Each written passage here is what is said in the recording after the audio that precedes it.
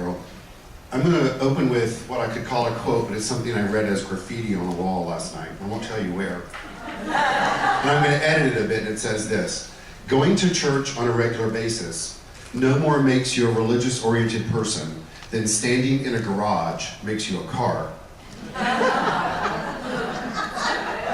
Get it? Okay. So, wake up. So, the reason I think it's important to make that statement is because the youth of our world today know that.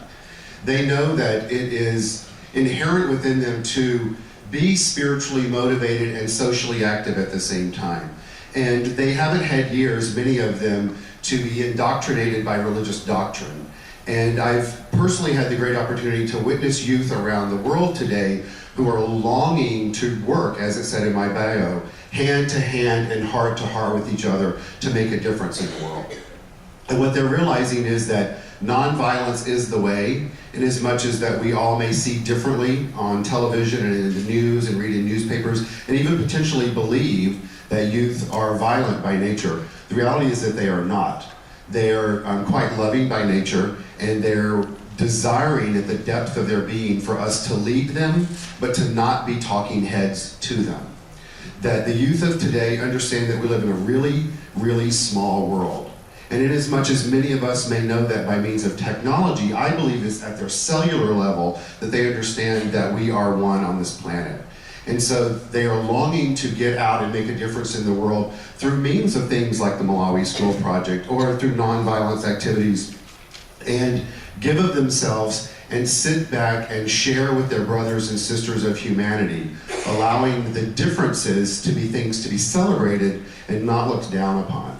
And we've stood on work sites in Malawi with people that believe radically differently from the way that we do in New Thought, but yet we are able to transcend that by transcending languages, we transcend beliefs, we transcend social conditions by working with a defined goal in mind, which is to build a school, in this case, with the ultimate goal for us to not only learn from them, both culturally and socially, as well as just to learn about a new culture in the world, but to end up providing an environment where the people of these particular villages are empowered to think differently. It's not our mission when we're there to teach them to think the way that we believe, or even in essence to teach them what to think, but to provide an environment for them to think differently, so that their lives can be better than they were the day before, and the day before, and the day before. And it's not our responsibility to define or judge what that better is like, it's just to provide them the space so that they can empower themselves and think differently.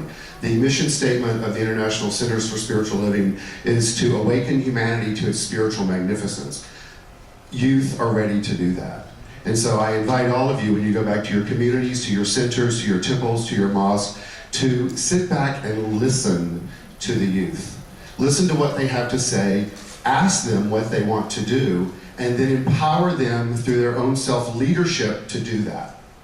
And it's really important to take our agendas and put it aside and let them be the future, because they will indeed take us where we want to be. And we haven't been socially conscious or personally responsible enough to do it on our own. So let's let them do it for us. Thank you.